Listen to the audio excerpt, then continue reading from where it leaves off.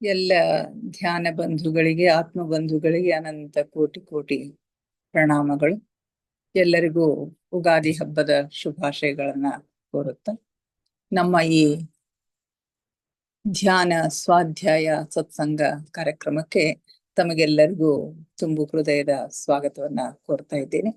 ಮೊಟ್ಟ ಮೊದಲಿಗೆ ನಮ್ಮೆಲ್ಲರ ಧ್ಯಾನ ಗುರುಗಳಾದ ಪರಮ ಪೂಜ್ಯರಾದ ಬ್ರಹ್ಮರ್ಷಿ ಪಿತಾಮಹ ಡಾಕ್ಟರ್ ಸುಭಾಷ್ ಪತ್ರಿಜಿಯವರ ಚರಣ ಕಮಲಗಳಿಗೆ ವಂದಿಸುತ್ತಾ, ಗುರುಮಾತಾ ಸ್ವರ್ಣಮಾಲಾ ಅಮ್ಮನವರ ಪಾದ ಕಮಲಗಳಿಗೆ ವಂದಿಸುತ್ತಾ, ನಮ್ಮೆಲ್ಲರ ಚೈತನ್ಯ ಶಕ್ತಿಯಾಗಿರ್ತಕ್ಕಂಥ ಮಹೋತ್ತಾರ್ ಬಾಬಾ ಅವರನ್ನ ಹೃನ್ಮಂದಿರದಲ್ಲಿ ಸ್ಮರಿಸುತ್ತಾ, ನನ್ನ ಗುರುಗಳಾದ ತಟವಾಲಿ ಬಾಬಾ, ಬರ್ಫಾನಿ ಬಾಬಾ, ಮಹಾದಾನಂದ ಬಾಬಾಜಿಯವರನ್ನ ನನ್ನ ಹೃದಯ ಮಂದಿರದಲ್ಲಿ ಸ್ಮರಿಸುತ್ತಾ, ನಮ್ಮ ಮಾರ್ಗದರ್ಶಕ ಗುರುಗಳಾದ ಡಾಕ್ಟರ್ ಜೀವೇಂದ್ರ ಕೇತಪ್ಪ ಸರ್ ಅವರಿಗೆ ವಂದಿಸುತ್ತಾ, ಅಯ್ಯಪ್ಪ ಪಿಂಡಿ ಸರ್ ಅವರಿಗೆ ವಂದಿಸುತ್ತಾ, ಎಲ್ಲ ಆಸ್ಟ್ರಲ್ ಮಾಸ್ಟರ್ಸ್ ಗಳಿಗೆ, ಪಿರಮಿಡ್ ಮಾಸ್ಟರ್ಸ್ ಗಳಿಗೆ ವಂದಿಸುತ್ತಾ, ಸೀತಾಮಾತೆ, ಯಶೋಧರಾ ಮಾತೆ, ವಸುಂಧರಾ ಮಾತೆಯರಿಗೆ ವಂದಿಸುತ್ತಾ, ಅವರೆಲ್ಲರ ಚೈತನ್ಯ ಶಕ್ತಿಯೊಂದಿಗೆ ನಮ್ಮ ಚೈತನ್ಯ ಶಕ್ತಿಯನ್ನು ಅನುಸಂಧಾನಗೊಳಿಸುತ್ತಾ ನಾವಿಂದಿನ ಸ್ವಾಧ್ಯಾಯವನ್ನ ಆರಂಭಿಸೋಣ. ಮಾಸ್ಟರ್ಸ್, ನಿಮಗೆಲ್ಲ ಗೊತ್ತಿರೋ ಹಾಗೆ ಆತ್ಮಾಯಣದ ಸ್ವಾಧ್ಯಾಯದಲ್ಲಿ ನಾವು ಇದ್ದೇವೆ.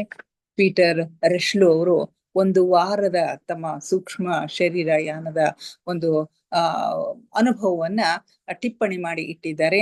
ಆ ಎಲ್ಲ ಟಿಪ್ಪಣಿಗಳನ್ನ ವಿವರವಾಗಿ ಗುರುಗಳು ಓದ್ತಾ ಅವುಗಳ ಮೇಲೆ ತಮ್ಮ ಕೆಲವೊಂದು ಟಿಪ್ಪಣಿಗಳನ್ನ, ತಮ್ಮ ಅನಿಸಿಕೆಗಳನ್ನ ಹೇಳ್ತಾ ಬಂದಿರೋದನ್ನ ನಾವು ನೋಡಿದೀವಿ. ಪ್ರತಿಯೊಂದು ದಿವಸದ ಒಂದು ಟಿಪ್ಪಣಿಗಳನ್ನ ಅವರು ವಿವರವಾಗಿ ಓದಿ ಅವುಗಳಲ್ಲಿ ಏನೇನು ಅವರಿಗೆ ಮಾರ್ಗದರ್ಶನ ಮಾಡ್ಬೇಕು ಅಲ್ಲೆಲ್ಲ ಮಾಡ್ತಾ ಇರೋದನ್ನ ನಾವು ಕಾಣ್ತಾ ಇದ್ವಿ. ಮೊದಲ ದಿವಸ ಡೆಫ್ನಿಯ ಜೊತೆಗೆ ಇರ್ತಕ್ಕಂಥದ್ದು, ಎರಡನೇ ದಿವಸ ತಮ್ಮನ ಜೊತೆಗೆ ಇರ್ತಕ್ಕಂಥದ್ದು, ಮೂರನೇ ದಿವಸ ಅವರಿಗೆ ಬಿದ್ದಿರ್ತಕ್ಕಂಥ ಒಂದು ಕೆಟ್ಟ ಕನಸು, ಭಯಾನಕವಾಗಿರ್ತಕ್ಕಂಥ ಕನಸು, ಅದು ನಿಜವಾಗಿಯೂ ಅವರ ಒಂದು ಪರೀಕ್ಷೆಗಾಗಿ ಮಾಡಿರ್ತಕ್ಕಂಥ ಒಂದು ಯೋಜನೆ ಅಂತಕ್ಕಂಥ ಮಾತನ್ನ ಹೇಳ್ತಾರೆ.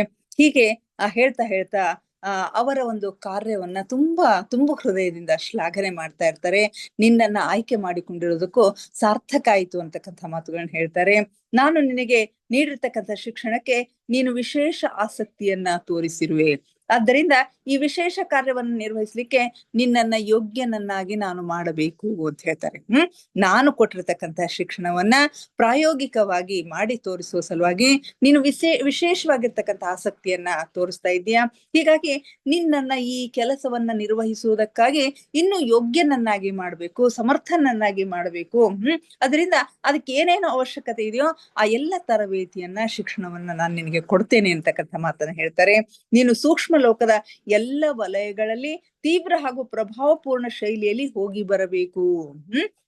ಸೂಕ್ಷ್ಮ ಲೋಕದ ಎಲ್ಲ ವಲಯಗಳಲ್ಲಿ ನೀನು ತೀವ್ರವಾಗಿ, ಅಷ್ಟೇ ಅಲ್ಲದೇನೆ ಪ್ರಭಾವಪೂರ್ಣವಾಗಿ ಹೋಗಿ ಬರಬೇಕು. ನಿನಗೆ ಎಲ್ಲ ಲಘುತ್ತಮ ಮತ್ತು ಮಹತ್ತಮ ಸೂಕ್ಷ್ಮ ಅಸ್ತಿತ್ವದ ಕುರಿತು ತಿಳಿದಿರಬೇಕು. ಆ ಸೂಕ್ಷ್ಮ ಲೋಕದಲ್ಲಿ ಇರ್ತಕ್ಕಂಥ ಒಂದೊಂದು ಸಣ್ಣ ಸಣ್ಣ ವಿಷಯಗಳನ್ನ ಕುರಿತು ಮತ್ತು ಒಂದೊಂದು ಪ್ರಮುಖ ವಿಷಯಗಳನ್ನ ಕುರಿತು ನಿನಗೆ ತಿಳುವಳಿಕೆ ಇರಬೇಕು ಅಂತಕ್ಕಂಥ ಮಾತನ್ನ ಹೇಳ್ತಾರೆ. ವಾಯುವ್ಯ ಶರೀರದೊಂದಿಗೆ ಇದ್ದವರ ಕುರಿತು ಹಾಗೂ ನೀನು ಸಾಗರ ತಳದಲ್ಲಿ ನೀನು ನೋಡಿದಂತಹ ಮೂಲ ತತ್ವಗಳ ಕುರಿತು ತಿಳಿದಿರಬೇಕು. ವಾಯುವಿ ಶರೀರವನ್ನ ಕುರಿತಂತೆ ನಿನಗೆ ಸರಿಯಾದ ಜ್ಞಾನ ಬೇಕು. ಆಮೇಲೆ ಸಾಗರದ ತಳದಲ್ಲಿ ಸಮುದ್ರದ ಮೇಲೆ ಹಾರಿ ಹೋಗ್ತಾ ಇದ್ದಂತಹ ಸಂದರ್ಭದಲ್ಲಿ ಸಾಗರದ ಒಳಗೆ ಏನಿದೆ ಅನ್ನೋದನ್ನ ತೋರಿಸ್ತೀನಿ ಅಂತ ಒಂದ್ ದಿವಸ ಕರ್ಕೊಂಡು ಹೋಗಿರೋದನ್ನ ನೀವು ಜ್ಞಾಪಿಸ್ಕೊಳ್ಬಹುದು. ಆಗ ಸಾಗರ ತಳದಲ್ಲಿ ಹೋದಂತ ಒಂದು ಸಂದರ್ಭದಲ್ಲಿ ಅಲ್ಲಿ ಕೆಲವು ಮೂಲ ತತ್ವಗಳನ್ನ ಕುರಿತು ತಿಳಿದಿರ್ಬೇಕು. ಆ ಮೂಲ ಜೀವಿಗಳು, ಮೂಲ ಆತ್ಮಗಳು ಅಲ್ಲಿ ಏನಂತೀರಿ, ಜಲಚರ ಪ್ರಾಣಿಗಳಲ್ಲಿನೇ ಮೂಲ ತತ್ವಗಳು ಅಲ್ಲಿ ಇರ್ತವೆ. ಆ ಜೀವಿಗಳ ಕಣ್ಣುಗಳನ್ನ ನೋಡಿದಾಗ ಇವ್ರಿಗೆ ಆಶ್ಚರ್ಯ ಅನಿಸ್ತದ. ಅವು ಎಲ್ಲಿ ನಮ್ಮನ್ನು ತಿಂದು ಹಾಕ್ತಾವೋ ಅಂತಕ್ಕಂಥ ಭಯ ಇವರಿಗೆ ಇರ್ತದ. ಆ ಕಣ್ಣುಗಳ ಸಮೋಹಕ ಪ್ರಭಾವದಿಂದ ನಿನ್ನನ್ನು ನೀನು ರಕ್ಷಿಸಿಕೊಳ್ಳುವಂತಹ ಒಂದು ಶಿಕ್ಷಣವನ್ನ ನಾನು ನಿನಗೆ ಕೊಡ್ತೀನಿ. ಅಂತ ಪ್ರಾಣಿಗಳ ಒಂದು ದೃಷ್ಟಿಯಿಂದ ನಿನ್ನನ್ನು ನೀನು ರಕ್ಷಿಸಿಕೊಳ್ತಕ್ಕಂಥ ಒಂದು ಪ್ರಶಿಕ್ಷಣವನ್ನ, ಒಂದು ತರಬೇತಿಯನ್ನ ನಾನು ನಿನಗೆ ಕೊಡ್ತೀನಿ ಅಂತಕ್ಕಂಥ ಮಾತನ್ನ ಹೇಳ್ತಾರೆ. ಅಷ್ಟೇ ಅಲ್ದೇನೆ ಬೆಂಕಿಯೊಂದಿಗೆ ಸಂಬಂಧಿಸಿದ ಒಂದು ಪರೀಕ್ಷೆಯೂ ಕೂಡ ಇದೆ. ನಿಮಗಿದಿಷ್ಟೇ ಅಲ್ಲ, ಬೆಂಕಿಯೊಂದಿಗೆ ನೀವು ಹೋರಾಡ್ಬೇಕಾಗತ್ತೆ. ಬೆಂಕಿಯೊಂದಿಗೆ ಒಂದು ಪರೀಕ್ಷೆ ನಿಮ್ಗೆ ಇರ್ತದ. ದಾವಾನಲದ ರೂಪ ಪಡೆದುಕೊಂಡಾಗ ನಿರ್ಭಯವಾಗಿ ನೀನು ಅದರೊಳಗಿನಿಂದ ಪಾರಾಗಿ ಬರಬೇಕು. ಆ ಬೆಂಕಿ ನಿನ್ನೆದುರು ಹೊತ್ತಿಕೊಂಡಾಗ ಅದರಿಂದ ನಿರ್ಭಯವಾಗಿ ನೀನು ಪಾರಾಗಿ ಬರ್ತಕ್ಕಂಥ ಒಂದು ಸಾಮರ್ಥ್ಯವನ್ನ ಪಡೆಯಬೇಕು ಅಂತ ಹೇಳ್ತಾರೆ. ಕೇಳುವುದಕ್ಕೆ ಇದು ಸುಲಭ ಅನಿಸ್ತದ, ಆದ್ರೆ ಅಂದುಕೊಂಡಷ್ಟು ಅದು ಸುಲಭ ಅಲ್ಲ. ಭೌತಿಕ ಜಗತ್ತಿನಲ್ಲಿಯ ಬೆಂಕಿಯಂತೆ ಇದರಿಂದಲೂ ನಿನ್ನ ಸೂಕ್ಷ್ಮ ಶರೀರಕ್ಕೆ ಅತ್ಯಂತ ಶಾಖವೆನಿಸುತ್ತದೆ. ಭೌತಿಕ ಜಗತ್ತಿನಲ್ಲಿ ಹೇಗೆ ನಾವು ಬೆಂಕಿ ಅಂತಂದ್ರೆ ಹೆದರ್ತೀವೋ, ಶಾಖ ಎಷ್ಟಿರ್ತದಲ್ಲ ಪ್ರಭಾವ ಪೂರ್ಣವಾಗಿ, ಹಾಗೆಯೇ ಕೂಡ ಇಲ್ಲಿಯೂ ಕೂಡ ಸೂಕ್ಷ್ಮ ಶರೀರದಲ್ಲಿನೂ ಶಾಖ ಅತ್ಯಂತವಾಗಿ ನಿನಗೆ ಪ್ರಖರವಾಗಿ ಕಾಣಿಸ್ತದ. ಆದ್ರೆ ಆ ಬೆಂಕಿಯನ್ನ ನೋಡಿ ನಿನಗೆ ಭಯ ಅನಿಸ್ತದ. ಅದ್ರೊಳಗೆ ಹಾಯ್ದು ಹೋಗುವ ಪ್ರಯತ್ನ ಮಾಡಿದ್ರೆ ಸುಟ್ಟು ಹೋಗ್ತೀನಿ ಅಂತಕ್ಕಂಥ ಒಂದು ಭಾವನೆಯೂ ಕೂಡ ನಿನಗೆ ಬರುತ್ತೆ.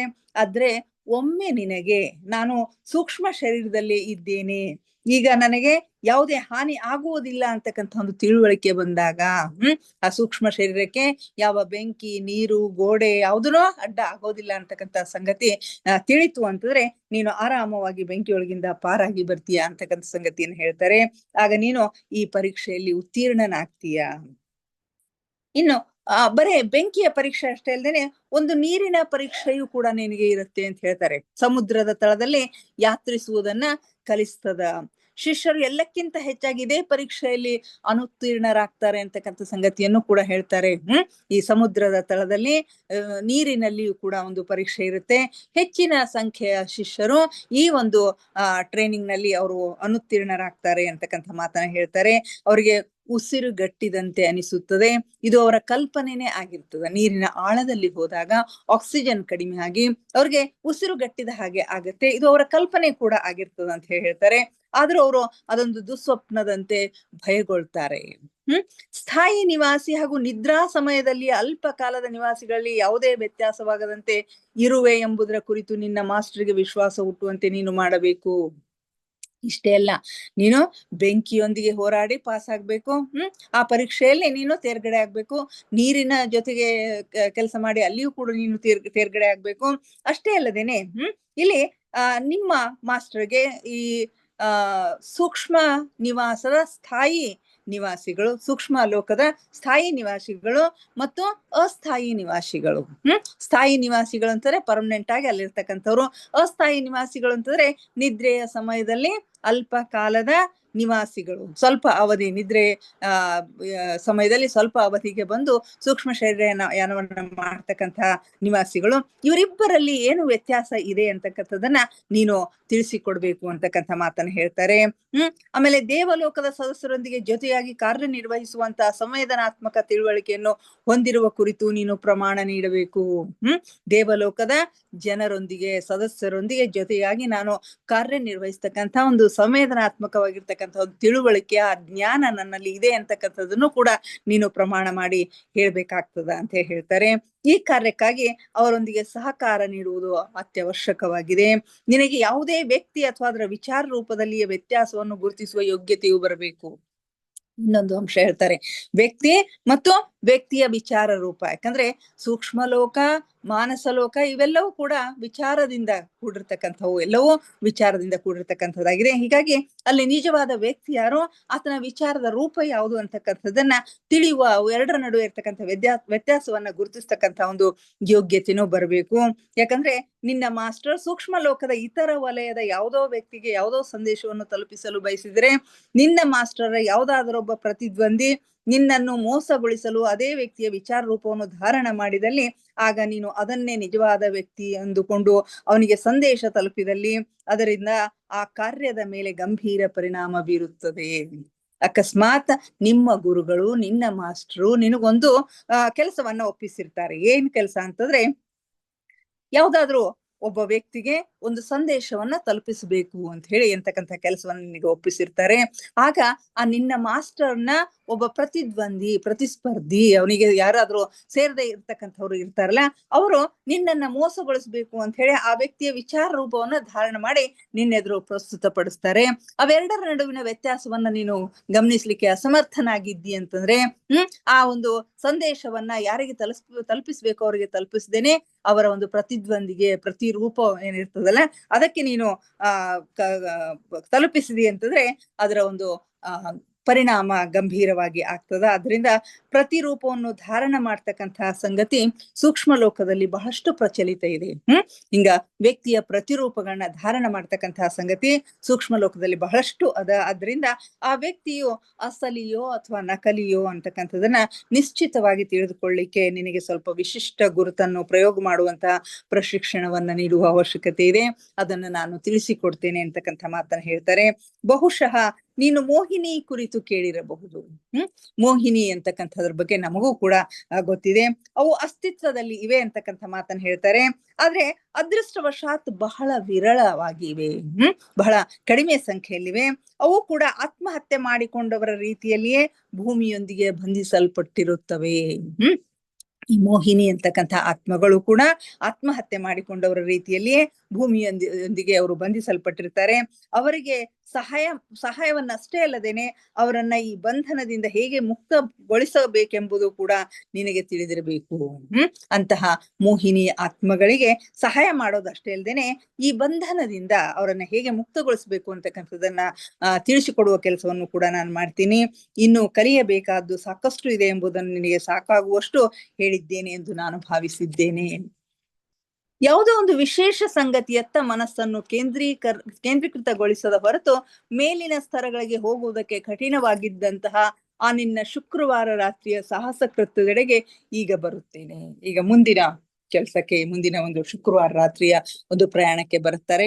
ಅವತ್ತಿನ ದಿವಸ ಡೆಫ್ನಿ ಮತ್ತು ಪೀಟರ್ ರೆಶ್ಲೋ ಅವರು ಕೂಡ್ಕೊಂಡು 4ನೇ ವಲಯಕ್ಕೆ ಹೋಗುವ ಒಂದು ಪ್ರಯತ್ನವನ್ನ ಮಾಡ್ತಾ ಇರ್ತಾರೆ. ಆದ್ರೆ ಅವ್ರಿಗೆ ಸಾಧ್ಯ ಆಗೋದಿಲ್ಲ. ಯಾಕಂತಂದ್ರೆ ಆ 4ನೇ ವಲಯಕ್ಕೆ ಹೋಗ್ಬೇಕಾದ್ರೆ 4ನೇ ವಲಯದಲ್ಲಿರ್ತಕ್ಕಂಥ ಯಾವುದೇ ಒಂದು ನಿರ್ದಿಷ್ಟ ಗುರುತನ್ನ, ಯಾವುದೋ ಒಂದು ಕಟ್ಟಡವನ್ನು, ಯಾವುದೋ ಒಂದು ಗುರುತನ್ನ ಅವರು ಮನಸ್ಸಿನಲ್ಲಿ ಇಟ್ಕೊಂಡಿರೋದಿಲ್ಲ. ಹೀಗಾಗಿ ಅವರು ಸಾಕಷ್ಟು ಪ್ರಯತ್ನವನ್ನ ಮಾಡ್ತಾರೆ. ಗುರುಗಳನ್ನ ನೆನೆಸ್ಕೊಂಡು ಆ 4ನೇ ವಲಯದಲ್ಲಿರ್ತಕ್ಕಂಥ ಹುಚ್ಚಾಸ್ಪತ್ರೆ ಒಂದನ್ನ ಮನಸ್ಸಿನಲ್ಲಿ ತಂದ್ಕೊಳ್ಳಿಕ್ಕೆ ಸಾಕಷ್ಟು ಪ್ರಯತ್ನವನ್ನು ಮಾಡ್ತಾರೆ. ಆದ್ರೆ ಸಕ್ಸಸ್ ಆಗೋದಿಲ್ಲ. ಆಗ ಗುರುಗಳನ್ನ ನೆನೀತಾರೆ. ಈಗ ನನ್ನ ಗುರುಗಳು ಬರಬಾರದೆ, ನನಗೆ ಹಾಯ್ ಅಂತ ಹೇಳ್ಬಾರ್ದೆ ಅಂತಕ್ಕಂಥ ಒಂದು ಮಾತನ್ನ ಅವ್ರ ಮನಸ್ಸಿನಲ್ಲಿ ಅನ್ಕೋತಾರೆ. ಈ ವಿಚಾರ ಅವ್ರಿಗೆ ಗೊತ್ತಾಗಿ ಗುರುಗಳು ಪ್ರತ್ಯಕ್ಷವಾಗಿ ಅವ್ರಿಗೆ ಸಹಾಯ ಮಾಡಿರ್ತಕ್ಕಂಥದ್ದು ಕಂಡು ಬರ್ತದ. ಆ ಸಂಗತಿಯ ಕುರಿತಂತೆ ನಾನು ಬರ್ತೀನಿ ಅಂತ ಹೇಳ್ತಾರೆ. ಮಾನಸಿಕವಾಗಿ ನಾನು ನಿನ್ನ ಸಂಪರ್ಕದಲ್ಲಿದ್ದೆ. ಆ ಸಂದರ್ಭದಲ್ಲಿ ನಾನು ಮಾನಸಿಕವಾಗಿ ನಿನ್ನ ಸಂಪರ್ಕದಲ್ಲಿದ್ದೆ. ಏಕೆಂದ್ರೆ ನಿನಗೆ ಅದನ್ನು ಪ್ರಯೋಗ ಮಾಡುವ ಸ್ವಾತಂತ್ರ್ಯವನ್ನು ನಾನು ನೀಡಿದ್ದೆ. ಅದನ್ನ ಸ್ವತಃ ನೀನೇ ಪ್ರಯೋಗ ಮಾಡ್ತಕ್ಕಂಥ ಒಂದು ಸ್ವಾತಂತ್ರ್ಯವನ್ನು ನಾನು ಕೊಟ್ಟಿದ್ದೆ. ಹೀಗಾಗಿ ನಾನು ಮಾನಸಿಕವಾಗಿ ನಿನ್ನ ಸಂಪರ್ಕದಲ್ಲಿದ್ದೆ. ಸೂಕ್ಷ್ಮ ಲೋಕದ ಯಾವುದೇ ಭಾಗದಲ್ಲಿ ತಲುಪುವುದು ತುಂಬಾ ಸರಳವೆಂಬುದು ನಿನಗೀಗ ತಿಳಿದೇ ಇದೆ. ಷರತ್ತೆಂದರೆ ಸೂಕ್ಷ್ಮ ಲೋಕದ ಯಾವುದೇ ಭಾಗಕ್ಕೆ ಹೋಗ್ಲಿಕ್ಕೆ ಸರಳ ಅಂತಕ್ಕಂಥದ್ದು ನಿನ್ಗೆ ಗೊತ್ತಾಗಿದೆ. ಒಂದೇ ಒಂದು ಷರತ್ ಏನು ಅಂತಂದ್ರೆ, ಈ ಕಾರ್ಯಕ್ಕಾಗಿ ಉಪಯೋಗ ಮಾಡುವಂತಹ ಯಾವುದಾದ್ರೂ ಒಂದು ವಿಶೇಷ ಗುರಿತು ನಿನ್ನ ಬಳಿ ಇರಬೇಕು. ಸೂಕ್ಷ್ಮ ಲೋಕದ ಯಾವುದೇ ಲೋಕಕ್ಕೆ ತಲುಪಬೇಕಾದ್ರೂ ಆ ಲೋಕದಲ್ಲಿರ್ತಕ್ಕಂಥ ಯಾವುದಾದ್ರೂ ಒಂದು ವಿಶೇಷ ಗುರುತು ನಿನ್ನ ಬಳಿ ಇರಬೇಕು. ಭವಿಷ್ಯದಲ್ಲಿ ನಿನ್ನ ಸಹಾಯಕ್ಕಾಗಿ ಬರಬೇಕಾದ ಅಗತ್ಯ ಬೀಳುವುದೆಂದು ನನಗೆ ಅನಿಸುವುದಿಲ್ಲ. ಇನ್ನು ಮುಂದಿನ ನಿನ್ನ ಪ್ರಯಾಣಗಳಲ್ಲಿ ಈ ರೀತಿಯ ಸಹಾಯಕ್ಕೆ ನಾನು ಬರಬೇಕಾಗಿರ್ತಕ್ಕಂಥ ಒಂದು ಪ್ರಮೇಯ ಬರೋದಿಲ್ಲ ಅಂತ ಹೇಳಿ ನನಗನ್ನಿಸ್ತದ. ಯಾಕಂದ್ರೆ ಆ ಒಂದು ಸಾಮರ್ಥ್ಯ ನಿನಗೆ ಈಗಾಗಲೇ ಬಂದಿದೆ ಅಂತಕ್ಕಂಥ ಸಂಗತಿಯನ್ನು ಹೇಳ್ತಾರೆ. ಇನ್ನು 7ನೆಯ ವಲಯದಲ್ಲಿ ನೀನು ತಲುಪುವಂತಹ ಯಾವುದೇ ಒಂದು ಕೇಂದ್ರ ಬಿಂದುವನ್ನು ನಾನು ನಿನಗೆ ನೀಡಿರಲಿಲ್ಲ. ಏಕೆಂದ್ರೆ ನಿನಗೆ ಆಸಕ್ತಿದಾಯಕವಾದಂತಹ ಯಾವುದೇ ಸಂಗತಿಯು ಅಲ್ಲಿಲ್ಲ. 7ನೆಯ ವಲಯದಲ್ಲಿ ನಿನಗೆ ಆಸಕ್ತಿದಾಯಕವಾಗಿರ್ತಕ್ಕಂಥ, ನೀನು ತಿಳಿದುಕೊಳ್ಳಬೇಕಾಗಿರ್ತಕ್ಕಂಥ ಯಾವುದೇ ಸಂಗತಿ ಅಲ್ಲಿಲ್ಲ. ಆ ವಲಯದಲ್ಲಿ ಬಿದ್ದಿರ್ತಕ್ಕಂತಹ ಕವಚಗಳ ಅನಾವಶ್ಯಕ ಸಂಪರ್ಕದಲ್ಲಿ ಬರುವಂತ ಯಾವುದೇ ಅಗತ್ಯವೂ ಅಲ್ಲಿ ಇರೋದಿಲ್ಲ. ಆ 7ನೆಯ ವಲಯದಲ್ಲಿ ಅನವಶ್ಯಕವಾಗಿರ್ತಕ್ಕಂಥ ಕವಚಗಳು ಇರ್ತಾವಂತೆ. ಅವುಗಳ ಸಂಪರ್ಕಕ್ಕೆ ಬರತಕ್ಕಂಥ ಅಗತ್ಯ ನಿನಗೆ ಇಲ್ಲ ಅಂತಕ್ಕಂಥ ಮಾತನ್ನ ಹೇಳ್ತಾರೆ. ಇನ್ನು ಆ ಪ್ರಕೃತಿ ಆತ್ಮಗಳಿಗೆ ದೇವ ಜಗತ್ತಿನ ಕನಿಷ್ಠ ಸದಸ್ಯರನ್ನಾಗಿಸಿಕೊಳ್ಳುವ ಸ್ನಾತಕ ಪದವಿ ಪ್ರದಾನ ಸಮಾರಂಭವನ್ನು ನೋಡುವ ಅವಕಾಶ ದೊರಕಿರುವುದು ನಿನ್ನ ಮಹಾ ಅದೃಷ್ಟ, ನಿನ್ನ ಮಹಾ ಸೌಭಾಗ್ಯ ಅಂತ ಹೇಳ್ತಾರೆ. ನಿನಗೆ ಆ ಒಂದು ಕಾನ್ವೊಕೇಶನ್ ಫಂಕ್ಷನ್, ಪದವಿ ಪ್ರದಾನ ಮಾಡ್ತಕ್ಕಂಥ ಒಂದು ಕಾರ್ಯಕ್ರಮವನ್ನ ಆಯೋಜಿಸಿದ್ರಲ್ಲ, ಅದನ್ನ ಅಟೆಂಡ್ ಮಾಡ್ತಕ್ಕಂಥ, ಅದರಲ್ಲಿ ಭಾಗವಹಿಸ್ತಕ್ಕಂಥ ಒಂದು ಅವಕಾಶ ನಿನಗೆ ಸಿಕ್ಕಿರ್ತಕ್ಕಂಥದ್ದು ನಿನ್ನ ಮಹಾ ಅದೃಷ್ಟ. ಯಾಕಂತಂದ್ರೆ ಇಂಥ ಅವಕಾಶ ಬಹಳಷ್ಟು ವಿರಳವಾಗಿರ್ತಕ್ಕಂಥ ಜನರಿಗೆ ಸಿಗ್ತದ ಅಂತ ಹೇಳ್ತಾರೆ. ಅವುಗಳಲ್ಲಿ ಹಾಗೂ ದೇವಗಣಗಳಲ್ಲಿ ಭಾರಿ ಅಂತರವಿದೆಯಾದರೂ ಪ್ರಕೃತಿ ಆತ್ಮಗಳು ಹಾಗೂ ದೇವಗಣಗಳ ವಿಕಾಸ ವ್ಯವಸ್ಥೆಯ ಭಾಗವಾಗಿದೆ. ನಿನ್ನ ವಿಕಾಸ ವ್ಯವಸ್ಥೆಯಲ್ಲಿ ಇದಕ್ಕೆ ತಕ್ಕುದಾದ ಸಮಾನಾಂತರ ಉದಾಹರಣೆಯನ್ನು ನೀಡುವುದು ಸಾಧ್ಯವಿಲ್ಲ. ಸೂಕ್ಷ್ಮ ಲೋಕ ಹಾಗೂ ಭೌತಿಕ ಜಗತ್ತಿನ ಬಹು ಕಡಿಮೆ ಜನರಿಗೆ ಈ ಸಮಾರಂಭವನ್ನು ನೋಡ್ತಕ್ಕಂಥ ಒಂದು ಸೌಭಾಗ್ಯ ದೊರೀತದ ಅಂತಕ್ಕಂಥ ಮಾತನ್ನು ಹೇಳ್ತಾರೆ. ಉಚ್ಚ ವಲಯದಿಂದ ಮರಳಿ ಬರುವಾಗ ಆ ಒಂದು ಸಮಾರಂಭವನ್ನ ಅಟೆಂಡ್ ಮಾಡಿರೋದು ಕೂಡ ನಿನ್ನ ಒಂದು ಸೌಭಾಗ್ಯ. ಬಹಳಷ್ಟು ಕಡಿಮೆ ಜನರಿಗೆ ಅಂತ ಒಂದು ಅವಕಾಶ ಸಿಗ್ತದ ಅಂತ ಹೇಳ್ತಾರೆ. ಆ ಮೇಲಿನ ವಲಯದಿಂದ ಮರಳಿ ಬರ್ತಕ್ಕಂಥ ಒಂದು ಸಂದರ್ಭದಲ್ಲಿ 4ನೆಯ ವಲಯದಲ್ಲಿ ನೀನು ಸ್ವಲ್ಪ ಹೊತ್ತು ತಂಗಿರ್ತಕ್ಕಂಥದ್ದು ನನಗೆ ಅತೀವ ಸಂತೋಷವನ್ನು ಉಂಟು ಮಾಡಿದೆ. ಅಲ್ಲಿ ತಲುಪಿರೋದ್ರಿಂದ, ಅಲ್ಲಿ ಸ್ವಲ್ಪ ಹೊತ್ತು ಅವರು ತಂಗಿರೋದ್ರಿಂದನೇ ಈ ಒಂದು ಕಾರ್ಯಕ್ರಮವನ್ನ ಅಟೆಂಡ್ ಮಾಡ್ಲಿಕ್ಕೆ ಅವರಿಗೆ ಸಾಧ್ಯ ಆಯ್ತು ಅಂತಕ್ಕಂಥ ಸಂಗತಿಯನ್ನ ಹೇಳ್ತಾರೆ. ಅಷ್ಟೇ ಅಲ್ಲದೇನೆ ಮುಂದೆ ಶನಿವಾರ ಮತ್ತು ರವಿವಾರ ನಿನ್ನ ಅನುಭವಗಳಲ್ಲಿ ನಾನು ನೀಡಿದ ಶಿಕ್ಷಣವನ್ನ ಪ್ರಯೋಗದಲ್ಲಿ ತರುವಂತ ಅವಕಾಶವು ದೊರೆಯಲು ನಿನಗೆ ನಾನೇನು ಸಹಾಯ ಮಾಡಿಲ್ಲ. ಶನಿವಾರ ಮತ್ತು ರವಿವಾರ ನೀನು ಮಾಡಿರ್ತಕ್ಕಂಥ ಒಂದು ಸಹಾಯ ಏನದಲ್ಲ, ಅದಕ್ಕಾಗಿ ನಾನು ಯಾವುದೇ ರೀತಿಯ ವಿಶೇಷ ಸಹಾಯವನ್ನ ಮಾಡಿಲ್ಲ. ಆದ್ರೂ ಕೂಡ ನಿನ್ನ ಕಾರ್ಯ ಅತ್ಯಂತ ಮೌಲ್ಯಯುತವಾಗಿರ್ತಕ್ಕಂಥದ್ದಾಗಿದೆ ಮತ್ತು ನೀನು ಮಾಡಿದ ರೀತಿಯು ಅಷ್ಟೇ ಚೆನ್ನಾಗಿತ್ತು ಅಂತಕ್ಕಂಥ ಮಾತನ್ನು ಹೇಳ್ತಾರೆ. ಮೇರಿಗೆ ಸ್ವಲ್ಪ ಜ್ಞಾನ ನೀಡುವಂತಹ ಪ್ರಸ್ತಾವದ ಮೂಲಕ ನೀನು ಕೆಲವು ಜವಾಬ್ದಾರಿಗಳನ್ನ ಕೂಡ ನಿರ್ವಹಿಸಿದೆ. ಅಲ್ಲಿ ಮೇರಿ ಅಂತಕ್ಕಂಥ ಒಬ್ಬ ಹೆಣ್ಣು ಮಗಳಿಗೆ ಹಾಸ್ಪಿಟಲ್ ನಲ್ಲಿ ಸ್ಟ್ರೆಚರ್ ಮೇಲೆ ಮಲಗಿಸ್ಕೊಂಡು ಅವಳಿಗೆ ಸೇವೆಯನ್ನ ಸಲ್ಲಿಸ್ತಾ ಇರ್ತಾರೆ. ಆ ಸಂದರ್ಭದಲ್ಲಿ ಅವಳಿಗೆ ಸಾಂತ್ವನ ನೀಡ್ತಕ್ಕಂಥ, ನಿನಗೇನೂ ಆಗೋದಿಲ್ಲ ಅಂತಕ್ಕಂಥ ಧೈರ್ಯವನ್ನ ನೀಡ್ತಕ್ಕಂಥ ಕೆಲಸವನ್ನ ಮಾಡಿದ್ದಾರೆ. ಈ ಕೆಲಸ ಮೆಚ್ಚತಕ್ಕಂಥ ಕೆಲಸ ಅಂತ ಹೇಳ್ತಾರೆ. ಅದು ಅಲ್ಲದೆ ಸೂಕ್ಷ್ಮ ಲೋಕದ ಸಹಾಯಕನಾದ ಜಿಮ್ನು ಕೂಡ ತನ್ನ ಸಂಘಟನೆಯ ಬಳಿ ಅಧಿಕ ಕಾರ್ಯಭಾರವಿದ್ದಾಗ ತನ್ನ ಸಹಾಯಕ್ಕಾಗಿ ಪುನಃ ನಿನ್ನನ್ನು ಕರೆಯುವ ಸಾಧ್ಯತೆ ಇದೆ ಎಂಬುದನ್ನು ನಿರೀಕ್ಷಿಸಬಹುದು. ಇನ್ನು ಸೂಕ್ಷ್ಮ ಲೋಕದ ಸ್ಥಾಯಿ ನಿವಾಸಿಯಾಗಿರ್ತಕ್ಕಂಥ, ಆಮೇಲೆ ಅಲ್ಲಿಯ ಸಹಾಯಕನಾಗಿರ್ತಕ್ಕಂತಹ ಜಿಮ್ ತನ್ನ ಸಂಘಟನೆಯ ಬಳಿ ಅಧಿಕ ಕೆಲಸ ಇದ್ದಂತ ಸಂದರ್ಭದಲ್ಲಿ, ಇಂಥ ಸಹಾಯಕರ ಅವಶ್ಯಕತೆ ಇದ್ದಂತ ಸಂದರ್ಭದಲ್ಲಿ ನಿನ್ನ ನೆನಪನ್ನ ಮಾಡ್ಕೊಂಡು ನಿನ್ನನ್ನ ಕರೀತಕ್ಕಂಥ ಸಾಧ್ಯತೆ ಇದೆ ಅಂತ ಹೇಳಿ ನಿರೀಕ್ಷೆ ಮಾಡಬಹುದು. ಇದರಿಂದ ನಿನಗೆ ಸೇವೆ ಸಲ್ಲಿಸುವ ಸಾಕಷ್ಟು ಅವಕಾಶಗಳು ಖಚಿತವಾಗಿ ಸಿಗ್ತಾವು. ಸೂಕ್ಷ್ಮ ಲೋಕದಲ್ಲಿ ಎಲ್ಲ ರೀತಿಯ ಸೇವೆಯನ್ನ ಸಲ್ಲಿಸ್ತಕ್ಕಂಥ ಸಾಕಷ್ಟು ಅವಕಾಶಗಳು ನಿನಗೆ ಸಿಗ್ತಾವು. ಇದರಿಂದ ಒಳ್ಳೆಯ ಕರ್ಮ ದೊರೆಯುತ್ತದೆ. ಇದರಿಂದ ನಿನಗೆ ಒಳ್ಳೆಯ ಕರ್ಮ ದೊರೆಯುತ್ತದ. ಆದ್ರೆ ಇದರಿಂದ ನೀನು ಇನ್ನೊಂದು ಸಂಗತಿಯನ್ನ ಗಮನಿಸುವೆ. ಇನ್ನೊಂದು ಸಂಗತಿ ಏನು ಅಂತಂದ್ರೆ, ನೀನು ಈ ಕಾರ್ಯ ನಿರ್ವಹಿಸುವುದರಿಂದ ನಿನ್ನ ಮಾನವ ಸಮಾಜಕ್ಕೆ ತಿಳಿದುಕೊಳ್ಳುವುದು ಹಾಗೂ ಅದರಲ್ಲಿ ಆಸಕ್ತಿಯನ್ನು ಹೊಂದುವುದು 1000 ಪಟ್ಟು ಹೆಚ್ಚಾಗುತ್ತದೆ. ಇಲ್ಲಿ ಸೂಕ್ಷ್ಮ ಲೋಕದ ಈ ಎಲ್ಲ ಕಾರ್ಯಗಳನ್ನ ಮಾಡಿದಾಗ ಸ್ವತಃ ನಿನಗೆ ಒಳ್ಳೆಯ ಕರ್ಮ ಸಂಚಯನ ಆಗ್ತದ, ಒಳ್ಳೆಯ ಕರ್ಮ ದೊರೀತದ. ಅಷ್ಟೇ ಅಲ್ದೇನೆ ನೀನು ಈ ಕೆಲಸವನ್ನು ಮಾಡೋದ್ರಿಂದ ನಿನ್ನ ಮಾನವ ಸಮಾಜಕ್ಕೆ ತಿಳಿದುಕೊಳ್ಳುವುದು ಹಾಗೂ ಅದರಲ್ಲಿ ಆಸಕ್ತಿಯನ್ನ ಹೊಂದುವುದು 1000 ಪಟ್ಟು ಹೆಚ್ಚಾಗ್ತದ. ನೀನು ಮಾನವ ಸಮಾಜವನ್ನ ತಿಳಿದುಕೊಳ್ಳೋದು, ಅವರಲ್ಲಿ ಆಸಕ್ತಿಯನ್ನು ಹೊಂದೋದು, ಅವರಿಗೂ ಕೂಡ ಹೆಚ್ಚಿನ ಸೇವೆಯನ್ನ ಮಾಡ್ತಕ್ಕಂಥದ್ದು 1000 ಪಟ್ಟು ಹೆಚ್ಚಾಗ್ತದ. ಮೇರಿ ಹಾಗೂ ಅವಳ ಪರಿವಾರದ ಸಂಬಂಧದಲ್ಲಿ ನೀನು ಅನುಸರಿಸಿದ ವಿಧಾನ ಸರ್ವದಾ ಸರಿಯಾದುದಾಗಿದೆ. ಮೇರಿ ಮತ್ತು ಅವಳ ಪರಿವಾರಕ್ಕೆ ನೀನು ಮಾಡಿರ್ತಕ್ಕಂಥ ಒಂದು ಸೇವೆ ಏನದಲ್ಲ, ಅದು ತುಂಬಾ ಒಳ್ಳೆಯದಾಗಿರ್ತಕ್ಕಂಥದ್ದು. ನಿನ್ನಂತೆ ಮೇರಿಯು ಒಳ್ಳೆಯ ಶಿಷ್ಯ ಆಗಿರ್ಲಿಕ್ಕೆಲ್ಲವಾದ್ರೂ ನೀನು ನಿರಾಶೆಗೊಳ್ಳಬೇಕಾಗಿಲ್ಲ. ಮೇರಿ ನಿನ್ನಷ್ಟು ಒಳ್ಳೆಯ ಶಿಷ್ಯಳಾಗದೆ ಹೋದ್ರು ಕೂಡ ನೀನು ನಿರಾಶೆ ಆಗ್ಬೇಕಾಗಿರ್ತಕ್ಕಂಥ ಸಂಗತಿ ಇಲ್ಲ. ಯಾಕಂದ್ರೆ ನೀನು ಯಾವ ಉದ್ದೇಶಕ್ಕಾಗಿ ಕಾರ್ಯನಿರ್ವಹಿಸುವೆ ಅಂತಕ್ಕಂಥದ್ದು ಮಹತ್ವಪೂರ್ಣವಾಗಿದೆಯೇ ಹೊರತು ಅದರ ಪರಿಣಾಮ ಅಲ್ಲ ಅಂತಕ್ಕಂಥದ್ದನ್ನ ನಾನು ನಿನಗೆ ಮೊದಲೇ ಹೇಳಿದ್ದೇನೆ.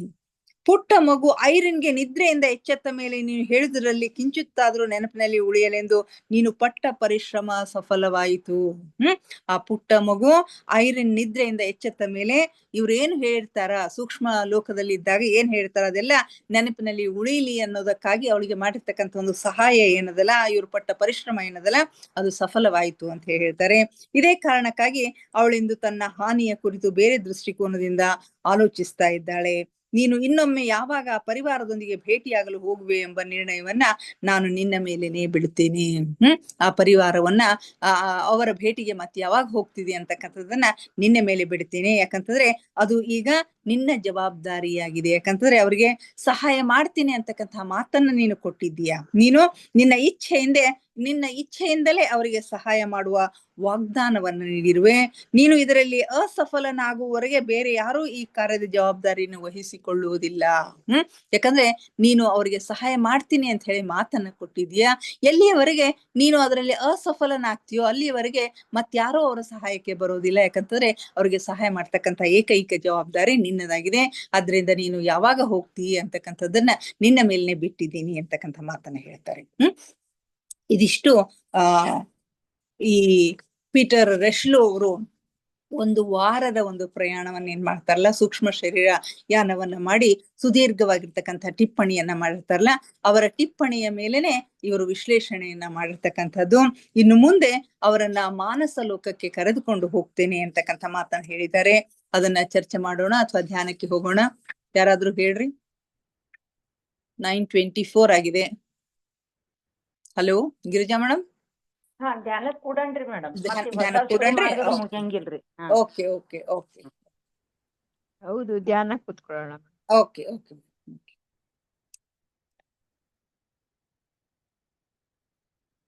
ಎಲ್ಲರೂ ದಯವಿಟ್ಟು ಧ್ಯಾನಕ್ಕೆ ಸಿದ್ಧರಾಗಿ ಯಾವುದಾದ್ರೂ ಸ್ಥಿರ ಸುಖಾಸನದಲ್ಲಿ ಕುಳಿತುಕೊಳ್ಳಿ. ಚೇರ್ ಮೇಲೆ ಕುಳಿತಿದ್ರೆ ಕಾಲುಗಳನ್ನ ಕ್ರಾಸ್ ಮಾಡ್ಕೊಳ್ರಿ. ಕೈ ಬೆರಳುಗಳನ್ನ ಒಂದ್ರೊಳಗೊಂದು ಸೇರಿಸ್ಕೊಳ್ರಿ. ಕಣ್ಣುಗಳನ್ನ ನಿಧಾನವಾಗಿ ಮುಚ್ಚಿ. ಮುಖದ ಮೇಲೆ ಮಂದಹಾಸವಿರಲಿ. ದೇಹದ ಯಾವ ಭಾಗದಲ್ಲಿಯೂ ಬಿಗಿತ ಬೇಡ. Relax relax relax please. ಮೊಟ್ಟ ಮೊದಲಿಗೆ ನಮ್ಮೆಲ್ಲರ ಧ್ಯಾನ ಗುರುಗಳಾದ ಪರಮ ಪೂಜ್ಯರಾದ ಬ್ರಹ್ಮರ್ಷಿ ಪಿತಾಮಹ ಡಾಕ್ಟರ್ ಸುಭಾಷ್ ಪತ್ರಿಜಿಯವರ ಚರಣ ಕಮಲಗಳಿಗೆ ವಂದಿಸುತ್ತ, ಗುರುಮಾತಾ ಸ್ವರ್ಣಮಾಲಾ ಅಮ್ಮನವರ ಪಾದ ಕಮಲಗಳಿಗೆ ನಮಿಸುತ್ತ, ನಮ್ಮೆಲ್ಲರ ಚೈತನ್ಯ ಶಕ್ತಿಯಾಗಿರ್ತಕ್ಕಂಥ ಮಹಾವತಾರ್ ಬಾಬಾ ಅವರನ್ನ ನನ್ನ ಹೃನ್ಮಂದಿರದಲ್ಲಿ ಸ್ಮರಿಸುತ್ತ, ನನ್ನ ಗುರುಗಳಾದ ತಟವಾಲಿ ಬಾಬಾ, ಬರ್ಫಾನಿ ಬಾಬಾ, ಮಹದಾನಂದ ಬಾಬಾಜಿಯವರನ್ನ ನಮ್ಮ ಹೃದಯ ಮಂದಿರದಲ್ಲಿ ಸ್ಮರಿಸುತ್ತ, ನಮ್ಮ ಮಾರ್ಗದರ್ಶಕ ಗುರುಗಳಾದ ಡಾಕ್ಟರ್ ಜೀವಂದ್ರ ಕೇತಪ್ಪ ಸರ್ ಅವರಿಗೆ ವಂದಿಸುತ್ತ, ಅಯ್ಯಪ್ಪ ಪಿಂಡಿ ಸರ್ ಅವರಿಗೆ ವಂದಿಸುತ್ತ, ಎಲ್ಲ ಆಸ್ಟ್ರಲ್ ಮಾಸ್ಟರ್ಸ್ ಗಳಿಗೆ, ಪಿರಮಿಡ್ ಮಾಸ್ಟರ್ಸ್ ಗಳಿಗೆ ವಂದಿಸುತ್ತ, ಸೀತಾ ಮಾತೆ, ಯಶೋಧರ ಮಾತೆ, ವಸುಂಧರ ಮಾತೆಯರಿಗೆ ವಂದಿಸುತ್ತ, ಅವರೆಲ್ಲರ ಚೈತನ್ಯ ಶಕ್ತಿಯೊಂದಿಗೆ ನಮ್ಮ ಚೈತನ್ಯ ಶಕ್ತಿಯನ್ನು ಅನುಸಂಧಾನಗೊಳಿಸುತ್ತ, ಅವರೆಲ್ಲರನ್ನು ನಮ್ಮ ಈ ಧ್ಯಾನಕ್ಕೆ ಆತ್ಮಪೂರ್ವಕವಾಗಿ ಆಹ್ವಾನಿಸುತ್ತ, ಅವರೆಲ್ಲರೂ ಜ್ಯೋತಿ ಸ್ವರೂಪದಲ್ಲಿ ಬಂದು ನಮ್ಮ ಜೊತೆಗೆ ಕುಳಿತು ಧ್ಯಾನ ಮಾಡುತ್ತಿದ್ದಾರೆ ಎಂದು ಭಾವಿಸಿಕೊಳ್ಳುತ್ತ ನಾವಿಂದಿನ ಧ್ಯಾನವನ್ನ ಆರಂಭಿಸೋಣ ಮಾಸ್ಟರ್ಸ್.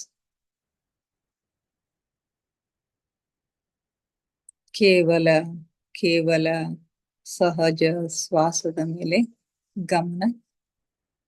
ಪ್ರಕೃತಿ ಸಹಜವಾದ ಉಸಿರಾಟವಿರಲಿ. ಒಳ ಹೋಗುವ ಉಸಿರು, ಹೊರ ಬರುವ ಉಸಿರನ್ನು ನಿರಂತರವಾಗಿ ಏಕಧಾರೆಯಾಗಿ ಗಮನಿಸಿ ಮಾಸ್ಟರ್ಸ್. ಯಾವ ಆಲೋಚನೆಗಳು ಬೇಡ. ಆಲೋಚನೆಗಳು ಬಂದರೆ ಅವುಗಳನ್ನ ಬದಿಗೆ ಸರಿಸಿ ಮತ್ತೆ ಉಸಿರಿನ ಮೇಲೆ ಗಮನವನ್ನ ಕೇಂದ್ರೀಕರಿಸಿ ಮಾಸ್ಟರ್ಸ್. ಒಂದೊಂದು ಉಸಿರು ನಿಮ್ಮ ಗಮನಕ್ಕೆ ಬಾರದೆ ಹೋಗದಿರಲಿ. ಯಾವಾಗ ನಿಮ್ಮ ಗಮನ ಸಂಪೂರ್ಣವಾಗಿ ಉಸಿರಿನ ಮೇಲೆ ಕೇಂದ್ರೀಕೃತವಾಗಿರುತ್ತದೆಯೋ ಆಗ ನಿಮ್ಮ ಆಲೋಚನೆಗಳು ಶೂನ್ಯವಾಗುತ್ತವೆ. ಮನಸ್ಸು ಶಾಂತವಾಗುತ್ತದೆ. ಧ್ಯಾನ ಸಿದ್ಧಿಸುತ್ತದೆ.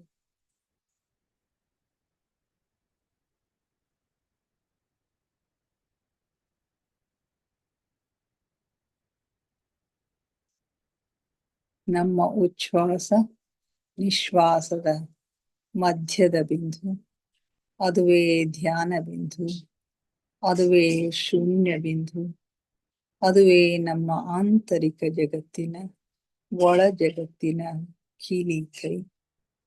ಅಲ್ಲಿ ಒಂದು ಕ್ಷಣ ನಿಲ್ಲುವ ಅಭ್ಯಾಸ ಮಾಡಿ ಮಾಸ್ಟರ್ಸ್.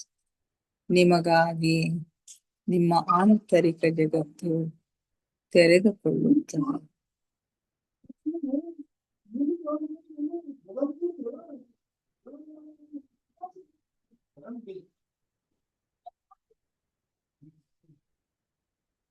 ಆಲಿಸಿ ಆಲಿಸಿ ಸೂಕ್ಷ್ಮ ಸ್ವರಗಳನ್ನು, ಸೂಕ್ಷ್ಮ ನಾದಗಳನ್ನು ಆಲಿಸಿ.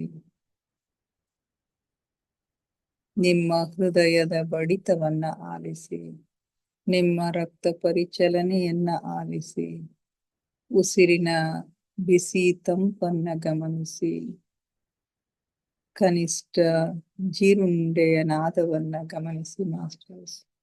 ದಿನದ 24 ಗಂಟೆ ನಿರಂತರವಾಗಿ ಸಂಗೀತ ಸೇವೆಗೈಯುವ ಜೀರುಂಡೆಗಳ ನಾದವನ್ನ ಆಲಿಸಿ, ಘಂಟಾನಾದವನ್ನ ಆಲಿಸಿ, ಓಂಕಾರ ನಾದವನ್ನ ಆಲಿಸಿ. ನೀವೆಷ್ಟು ಸೂಕ್ಷ್ಮಗಳನ್ನು ಆಲಿಸಲು ಸಮರ್ಥರಾಗುತ್ತೀರೋ ಅಷ್ಟು ನಿಮ್ಮ ಒಳ ಜಗತ್ತಿನ ಆಗುಹೋಗುಗಳು, ಸೂಕ್ಷ್ಮ ಜಗತ್ತಿನ ಆಗುಹೋಗುಗಳು, ಮೇಲು ಲೋಕದ ಆಗುಹೋಗುಗಳು ನಿಮ್ಮ ಗಮನಕ್ಕೆ ಸ್ಪಷ್ಟವಾಗಿ ಗೋಚರಿಸುತ್ತವೆ ಮಾಸ್ಟರ್ಸ್.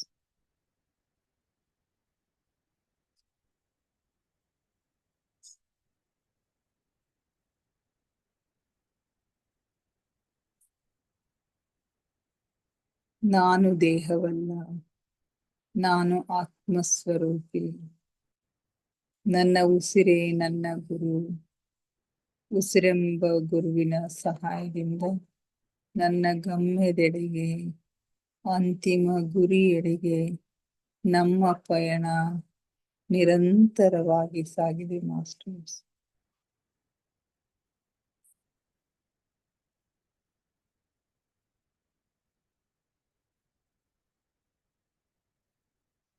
ಧ್ಯಾನ ಆಳವಾಗ್ತಾ ಇದೆ, ಉಸಿರು ನಿಧಾನವಾಗ್ತಾ ಇದೆ.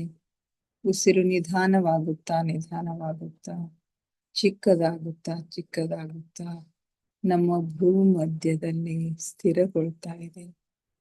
ಅಲ್ಲಿ ನಮ್ಮ ಆಜ್ಞಾ ಚಕ್ರ ಜಾಗೃತ ಆಗ್ತಾ ಇದೆ. ಹಲವು ಬಣ್ಣಗಳು, ಹಲವು ದೃಶ್ಯಗಳು ನಮಗಾಗಿ ತೆರೆದುಕೊಳ್ಳುತ್ತವೆ ಮಾಸ್ಟರ್ಸ್. ಅಲ್ಲೇನು ಕಾಣಿಸುತ್ತದೆಯೋ ಅದನ್ನು ಸೂಕ್ಷ್ಮವಾಗಿ ಗಮನಿಸಿ.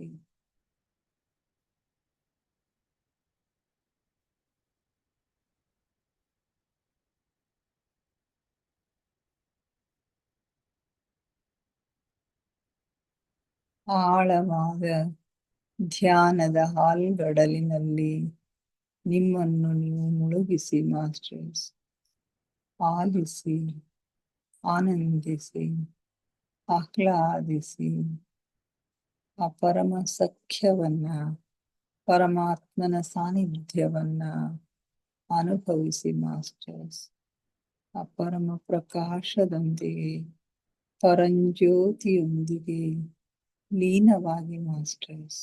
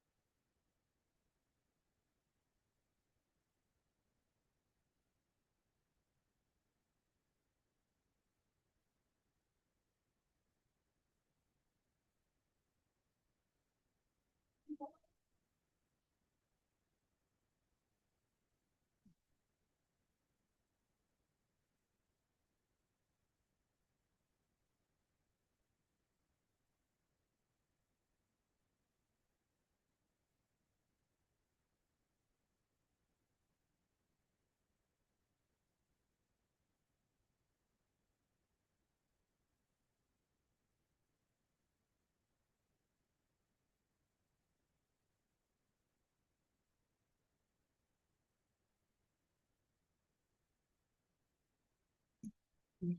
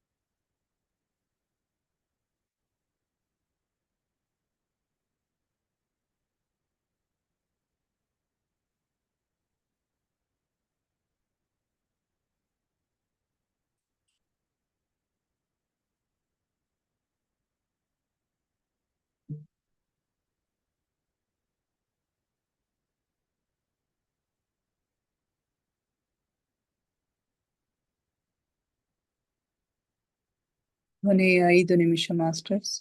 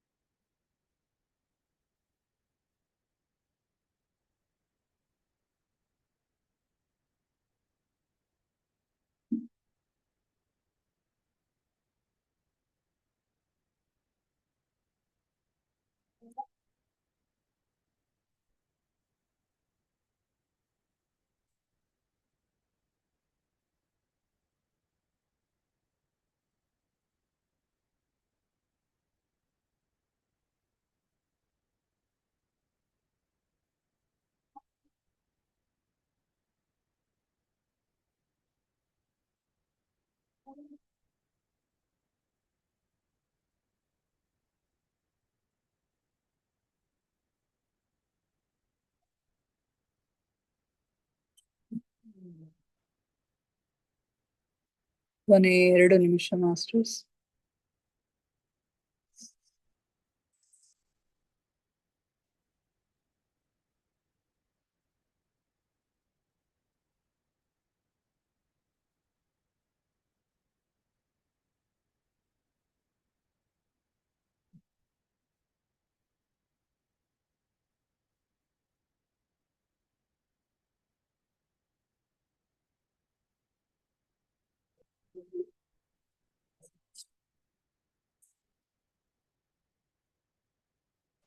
ಕೊನೆಯ 1 ನಿಮಿಷ.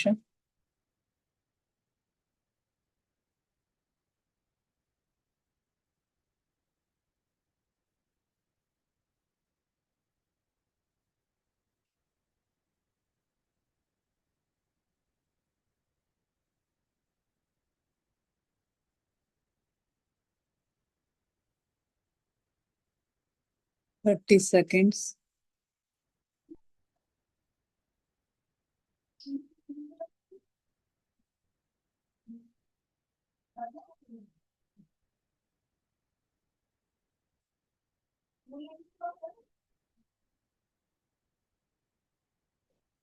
Ten seconds.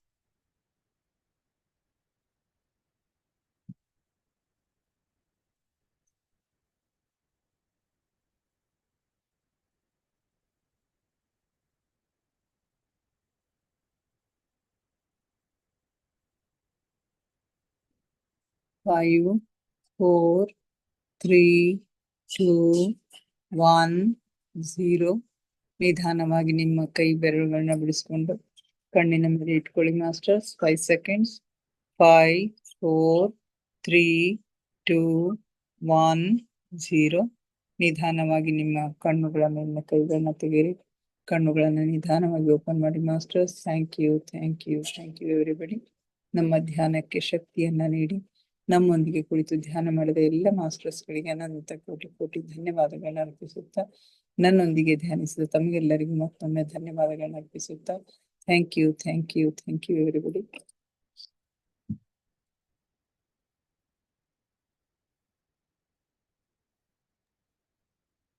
ಹಲೋ, ಯಾರಾದ್ರೂ ಏನಾದ್ರು ಶೇರ್ ಮಾಡ್ಕೊಳ್ತೀರಿ ಮಾಡ್ಕೊಡ್ರಿ. ಸ್ವಾಧ್ಯಾಯ ಬಹಳ ಚಂದಿತ್ತು ಮೇಡಮ್. ಚೆನ್ನಾಗಿತ್ರಿ ಮೇಡಮ್.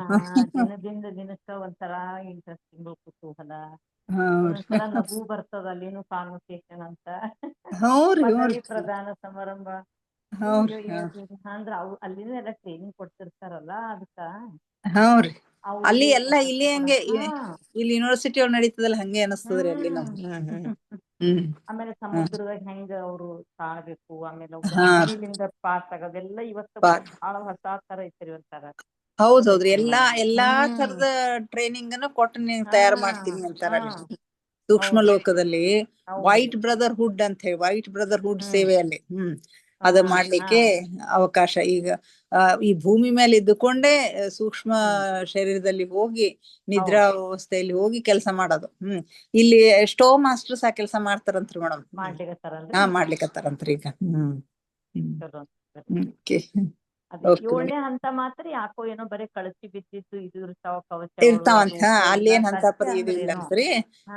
ಇಷ್ಟಾಗಿಂದ ಈಗ ಮಾನಸ ನೆಕ್ಸ್ಟ್ ಇಂದ ಮಾನಸ ಲೋಕದ್ ಹೇಳ್ತಾರ್ರಿ. ಮಾನಸ ಲೋಕ ಅಂದ್ರೆ ಇದು 2ನೇ ಮೃತ್ಯು ಅಂತಾರ್ರಿ. ಈಗ ಭೌತಿಕ ಶರೀರ ತ್ಯಜಿಸಿ ಸೂಕ್ಷ್ಮ ಲೋಕಕ್ಕೆ ಬಂದಾಗ ಅದು ಮೊದಲ ಮೃತ್ಯು.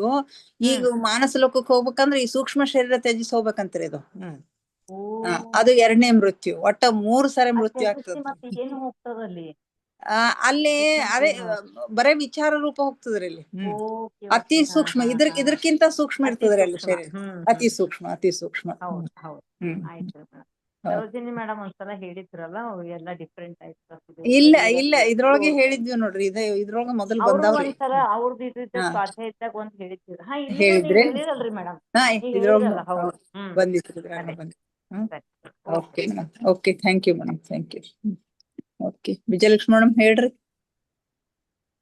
ಹಲೋ ಮೇಡಮ್, ಇವತ್ತು ನಿಮ್ದು ಫೋನ್ ಬಂತು ಮೇಡಮ್. ನೀವು ಇಂಟ್ರೆಸ್ಟಿಂಗ್ ಇತ್ತು ಇವತ್ತಿಂದ, ಏನ್ ಕೇಳಕ್ಕೆ ಆಗ್ಲಿಲ್ಲ. ಹೌದಾ? 2-3 ದಿನ ಆಯ್ತು ಇದೇ ಟೈಮ್ ಫೋನ್ ಬರ್ಲತ್ತವ್ರಿ. ಏನ್ ಮಾಡ್ಲಿ ತಿಳಿತಾನೆ ಇಲ್ಲ. ಅದು ಬಿಡಂಗ್ನು ಇರಲ್ಲ, ಮತ್ ಮಾಡಕ್ನು ಬರೋದಿಲ್ಲ. ಹಿಂಗಾಗಿ ಬಾಳ್ miss ಮಾಡ್ಕೊಳತ್ತೀನ್ರಿ.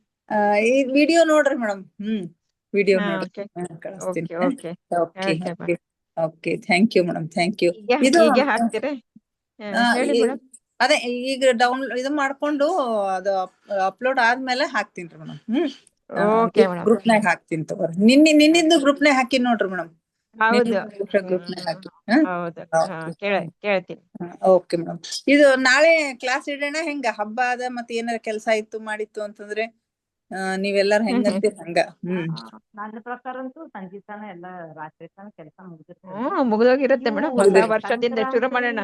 Okay madam, okay. Sankranti Dasara ಅಂದ್ರೆ ಮನಿಗೆಲ್ಲ ಎಳ್ಳು ಕೊಡ್ಲಿ ಬರ್ತಾರ, ಬನ್ನಿ ಕೊಡ್ಲಿ ಹೌದು. ನೀವು ಬಿಸಿ ಇದ್ರ ಬಿಡ್ರಿ ಮೇಡಮ್. ಇಲ್ಲ, ನನಗೂ ಏನಿಲ್ಲ. ಅದಕ್ಕೆ ಮತ್ತ ಹಬ್ಬದಾಗ ಮತ್ತು ನಿಮ್ಗೆ ಇದಾದಂಗ ಆಗ್ಬಾರ್ದಂತ ನಾ ಕೇಳಿಕ್ತೀನಿ ಅಷ್ಟೇ. ಇಲ್ಲ, ಅದು ಬೆಳಿಗ್ಗೆ ಇದ್ರೆ ಏನ್ ರಾತ್ರಿ ಓದ್ಬೇಕು.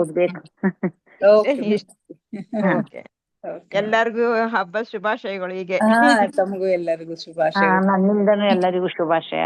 Okay madam, thank you madam, thank you. ಏನ್ ಮಾಡೋಣ?